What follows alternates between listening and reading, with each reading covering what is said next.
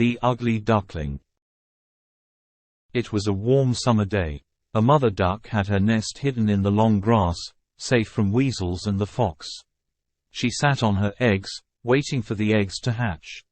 Finally, the eggs hatched, with a pop and peep. Peep, a bunch of golden ducklings appeared.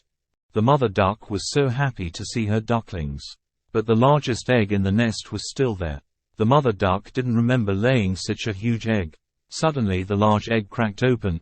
The baby bird was big, gray, and ugly. He had huge feet and a broad beak and didn't look like a duckling. Other ducklings don't like him as he was ugly.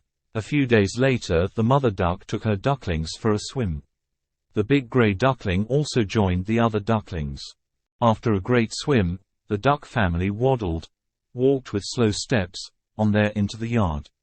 As the gray duckling entered the yard, all the birds started talking about him. Every day he was pecked and pushed by ducks and even by the chickens. One day the poor ugly duckling couldn't take it anymore, so he ran far away from his home.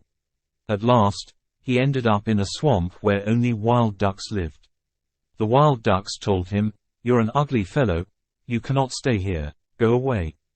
The duckling moved away from those ducks. The poor duckling felt very lonely.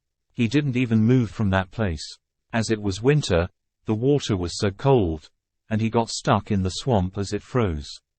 In the morning a farmer who came that way rescued the duckling and took him to his house.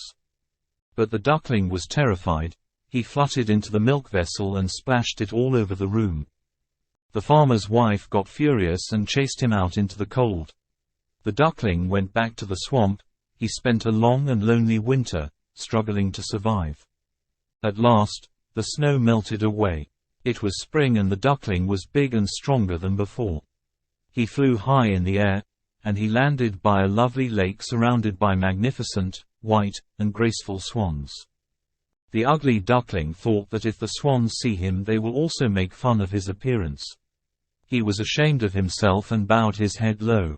When he bent his head, he saw his reflection in the water and was astonished. His ugly feathers were now snowy white. His neck was curved and slender. He had grown into a swan. The other swans came towards him and stroked him with their beaks. Nearby children shouted with joy at the sight of him and threw him some bread crumbs. He felt very happy to be with his friends.